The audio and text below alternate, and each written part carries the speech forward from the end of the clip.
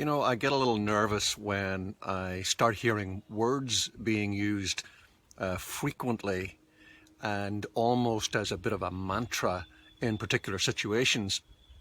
And in the particular situation that we're in right now, one of those words is pivot. I'm seeing it everywhere. Got to pivot. My email inbox is full of it. Reporting stories are full of it. It seems we've all got to pivot. And I just thought I'd take a moment to break that down a little bit. I wrote do lead and do scale because those are two phrases, leadership and scaling, that are so misunderstood and mean so many different things to so many people that I felt it was dangerous not to try to nail down a solid shared ownership of what those words mean. And I want to do the same thing with the concept of pivoting, because it's really important to realize that pivoting won't save your organization.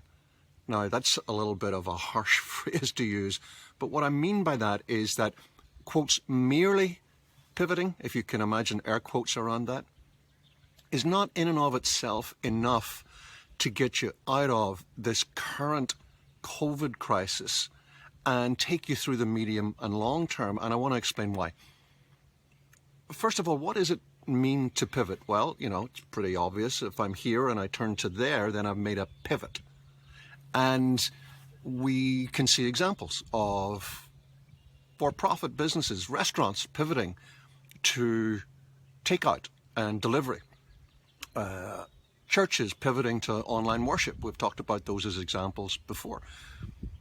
But a pivot, in essence, is turning away from the market that you were in or were serving previously to the market that currently exists and which you can, at this moment, serve.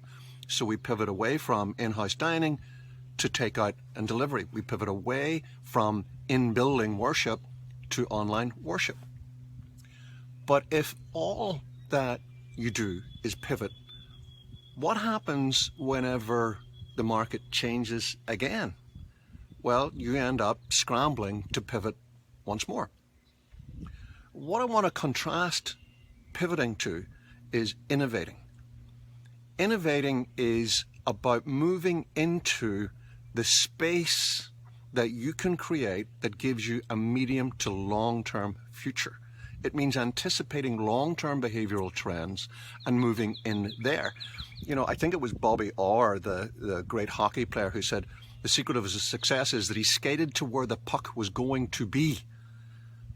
Now think about that. That's what innovation is. I mean, a simple example is the old taxi business years and years and years ago.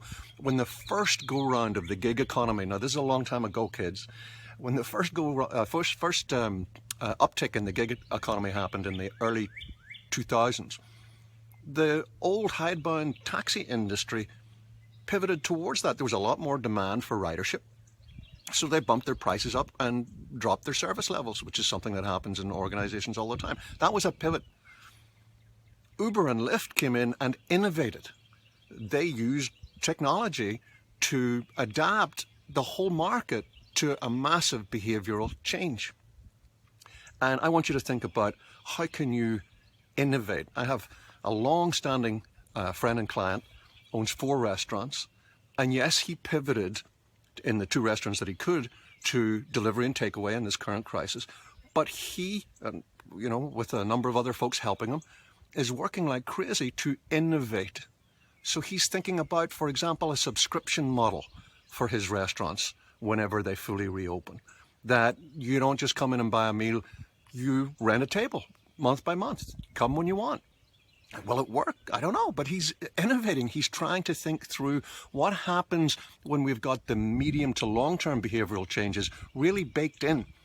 So what I'd really consciously suggest you do is you view pivoting as important, but it's part of the triage stage that we talked about last week.